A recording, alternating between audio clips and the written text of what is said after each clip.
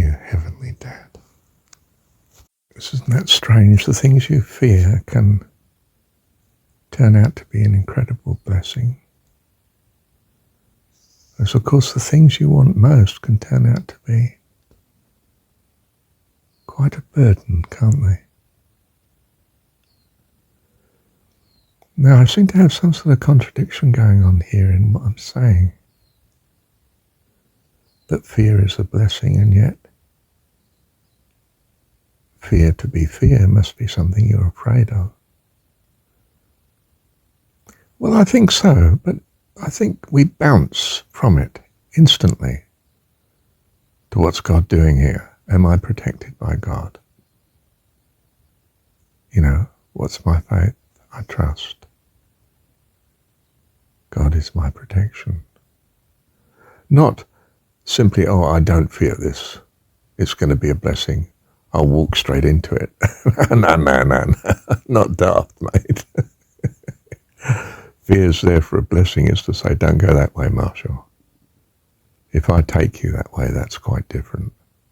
But you're not going to voluntarily go that way. Do you see? I want to know that my kids are going to avoid danger like the plague. Otherwise I can't let them out of my sight, can I? I don't mean that God ever lets me out of his sight, but do you see what I mean though? I want the fear to be effective. If I know that nonetheless it's best, if you like, Mum taking the kiddie to the dentist, assuming, he really does need dental treatment, and it's going to be a blessing. He doesn't want to go, but he trusts Mum. Now, look, love, I'll be with you. I'll hold your hand. And it'll be good in the end, love, because it might be a bit painful, might be a lot painful, might be, but it's passing. And it will mean none of that endless toothache and pain and trouble and problem eating. You'll be free again. And I'll be with you through it, love. Now that's different, you see. But a fear on your own means do something about it. Flee as fast as you can. And you flee into the arms of God, into the awareness of God, I mean, of course. You call God to mind so strongly, you know exactly what to do.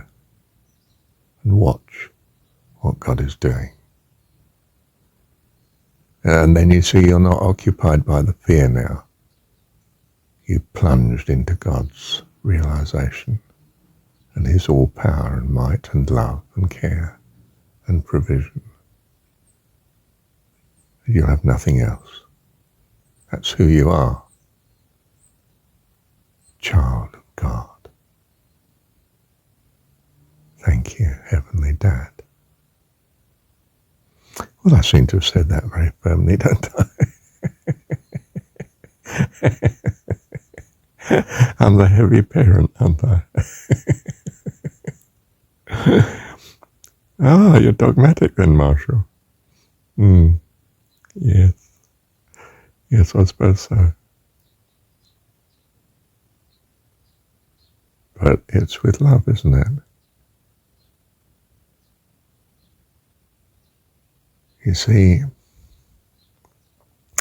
it was said the road to hell is paved with good intentions.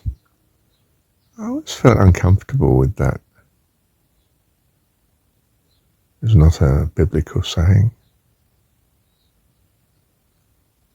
I think good intentions is absolutely everything. Your purpose to be wonderful. A blessing, part of God's loving presence. That's just everything, bless you. And sure, you'll make mistakes.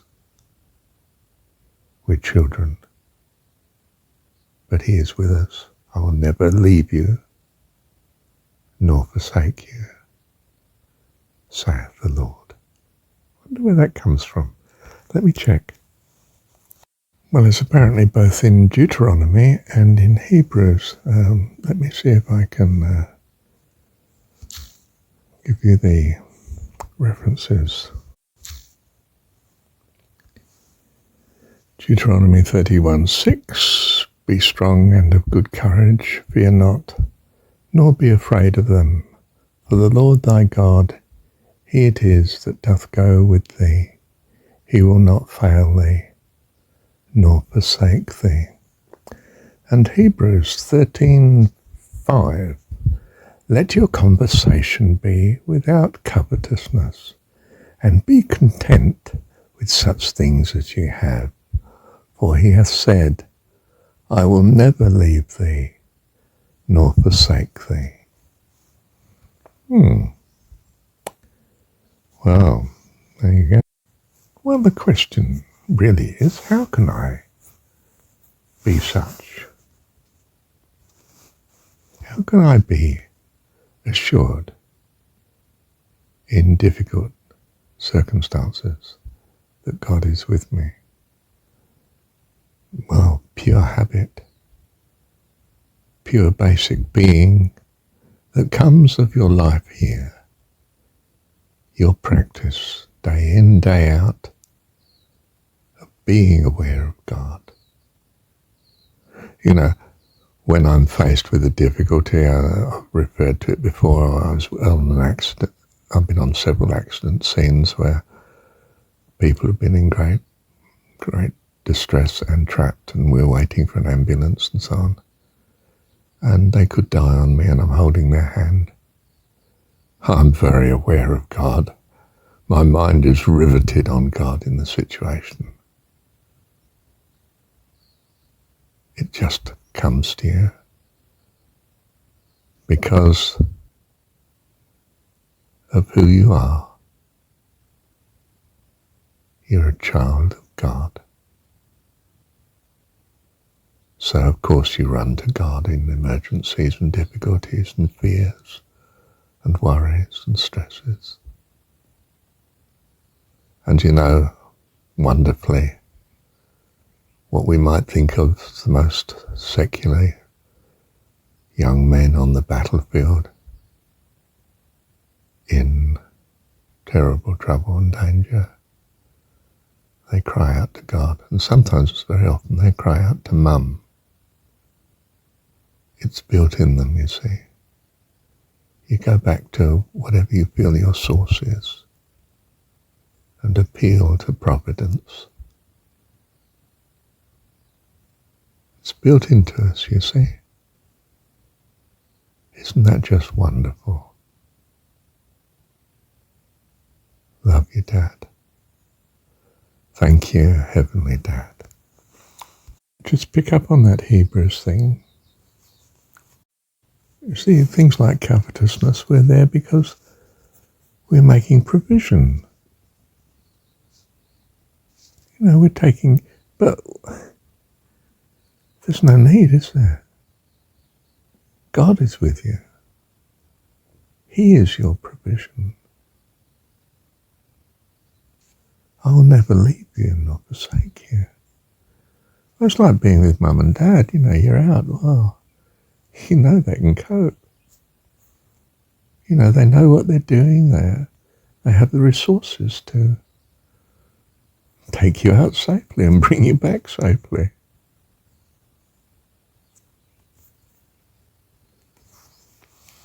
It's a bit like the problem of the person who looks to insurance in deadly earnest. In the end, the cost of their insurance policies is, you know, an incredible burden on their income and therefore their available consumption. You can't live like that. It's God that provides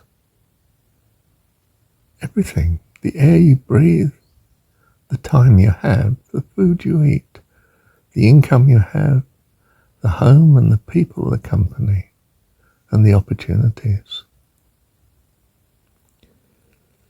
Certainly we allocate our what he gives us optimally because we love him and we use our resources accordingly. But he is our insurance and he is our assurance. I'm not quite sure the difference between those two. But I will never leave you nor forsake thee. When God says that to you, all that says you have everything you will ever need. Ever, ever, ever need. You have no needs, you see. He meets them all. And to work out how to reconcile these two readings. Well, one is the predicaments you find yourself in as regards what's going on, what's happening, the battles of life. I mean, Deuteronomy's back in the Old Testament where it's all about Israel fighting battles, isn't it? And, even with God it becomes a battle, apparently. You're sort of battling to know what you're supposed to do and what the law is. And Hebrews is individuality, your covetousness and your fears of, you and your environment, really. Have you made enough provision to get through all right? Will you be safe? And in both cases, of course, the solution is quite simply, I've got God with me. He never leaves me nor forsakes me. It will be all right. I have that assurance. I'm insured against every loss. I'm protected. I'm provided for. Do you see these two readings point to it's only just hit me, I might say, a very essence of John Gospel's story. He's our dad.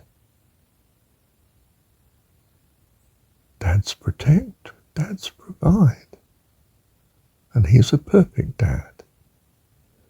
How lovely. So I don't usually hold either Deuteronomy or Hebrews in high regard particularly. I'm obsessed, as you know, with John and jon17 at that. But, rather pleased that thought's come to me. What do you think? Bless you. Thank you, Heavenly Dad.